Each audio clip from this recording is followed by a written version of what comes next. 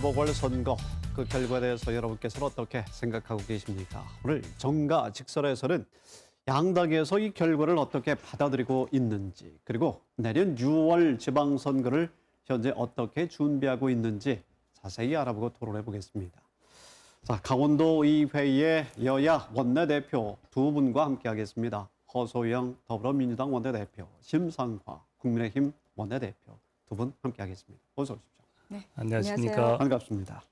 선거가 끝난 지 이제 일주일이 됐는데 참 그동안 많은 말씀들 들으셨죠? 네.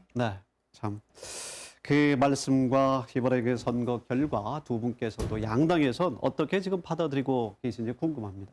승리하신 우리 심 대표. 제가 먼저 말씀드릴까요? 이번 재보궐선거는 이제 서울과 부산 그리고 일부 지역에서만 치러졌지만 내년도 있을 대선과 이제 지방선거의 이제 전초전이었다. 네.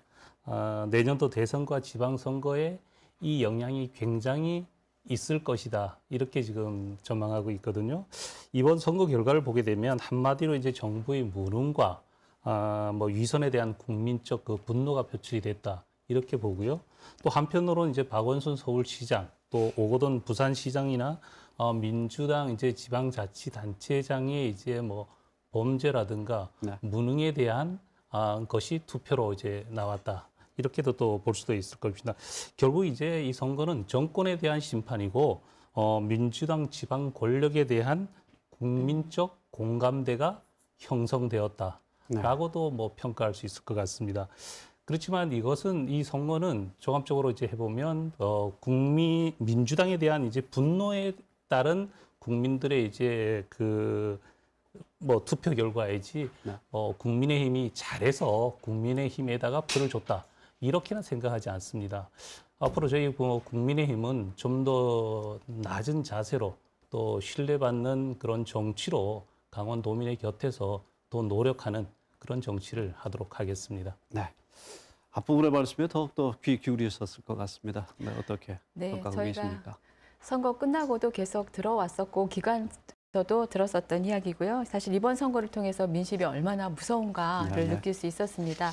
점수를 치면 뭐 낙제점에 해당하는 점수가 아닐까 생각이 들고요.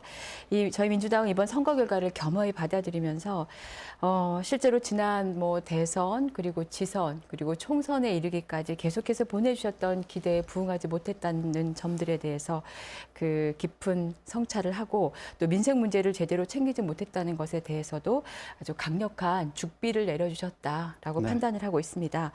앞서 말씀하신 것처럼 사실 이번 선거 민주당에 대한 중간 심판격의 선거고 그 결과는 참담했지만 입에 쓴 약이 몸에 좋다라는 것처럼 곧이어 올 선거의 전초전이고 또한 한편으로는 저희가 백신을 미리 맞았다라고 생각을 합니다. 느슨해졌던 신발끈을 다시 한번 단단히 조여매면서요. 스스로를 성찰할 기회도 주셨고 또 이 엄중한 그 평가의 결과를 깊이 새기면서 오직 민생 그리고 오직 쇄신의 마음으로 저희가 전진할 것을 다시 한번 약속드립니다. 네. 두 분 말씀 잘 들었습니다만 양당 모두에게 성찰의 또 시간 또 한 번의 새로운 전기를 마련하는 그런 기회가 되지 않을까. 네, 그런 생각이 듭니다. 자, 시간적으로 봤을 때 내년 3월 대선 그리고 또 내년 6월에 이제 지방선거가 진행이 됩니다. 이 말씀과 이 여론과 그리고 이 결과를 바탕으로 해서 이 양당에서 지금 내년 선거 준비를 어떻게 하고 있는지 궁금한데요. 그럼 허 대표님부터 좀 말씀해 주시겠습니다. 네, 뭐 다음 대선과 지선 남은 기간 동안 우리가 얼마큼 쇄신의 의지를 보여주고 또 실천할 것인가가 중요한 관건일 거라고 생각을 하고요. 지금 저희는 중앙당 차원에서 비상대책위원회가 꾸려져 있습니다. 그래서 소통과 개혁 과제를 이행하기 위한 행보를 시작했고요. 민주당은 이제 내일 금요일이죠. 국회의 원내대표 선거가 있고 5월 2일에는 당대표와 최고위원회를 선출하게 됩니다. 그러면 이제 새로운 지도부가 당의 혁신과 민생 법안을 꼼꼼히 챙길 것 같고요. 그다음 도당에서는 이제 하반기에 저희가 지방선거기획단과 인재영입위원회를 구성하게 됩니다. 내년 양대 선거에 대해서 지역별 그리고 계층별 또 여러 정책 공약을 발굴을 하고 그다음에 선거 전략 무엇보다 저희 어떤 가치를 같이 가져갈 수 있는 좋은 인재를 영입하는 데 많은 노력을 기울일 계획입니다. 네. 신 대표님 어떠십니까? 네, 저희 국민의힘은 이제 대선과 지방선거라는 이제 큰 선거가 이제 석 달 간격으로 이제 치러지게 됩니다. 지금부터 차근차근히 착실하게 이제 준비를 해야 할 것입니다. 대선과 지방선거가 서로 밀접한 영향을 미칠 수밖에 없기 때문에 대선 준비가 지선이고 지선 준비가 대선이라는 이제 저희들은 생각을 하고 있습니다. 네. 국민의힘 강원도당은 강원도의 이제 꿈과 미래를 세우기 위해서 2022년 정권 교체, 도정 교체라는 이제 슬로건을 내걸고 또 대선 강원도 20만 표 차 승리, 또 두 번째는 도정 탈환, 시장 군수 18곳 전석 석권 네. 등 이제 선거 목표를 이제 3대 목표를 이제 설정하고 준비하고 있습니다. 여기에 정책 개발과 조직 강화, 인물 경쟁력 확보에 이제 중점을 두고 있고요. 가장 중요한 이제 선거 준비는 도민들 위해 열심히 일하고 봉사하는 것만이 최고의 선거 준비라는 이제 마음으로 일하고 네. 있습니다. 네. 사실 뭐 그동안의 선거를 좀 돌아본다면 프레임이라는 측면에 있어서요. 여야가 항상 뭐 정권의 심판 그리고 또 국적의 안정 이것이 맞붙었었는데 이번에 선거에 있어서는 양쪽 모두 공정과 정의를 부르짖어서 국민 여러분께서 유권자 여러분께서 참 반가웠던 또 그런 측면도 없지가 않았었습니다. 자, 이제 1년 남았는데요. 1년 뒤의 선거는 어떤 프레임으로 선거가 전개될까 궁금합니다. 어떻게 준비하고 계십니까? 어떻게 보십니까? 네, 총선이나 지방선거는 이제 대통령을 중심으로 이제 국정 안정이라든가 정권 심판에 이제 선거를 치르게 되지만 대선은 그 대통령을 이제 새로 뽑는 선거입니다.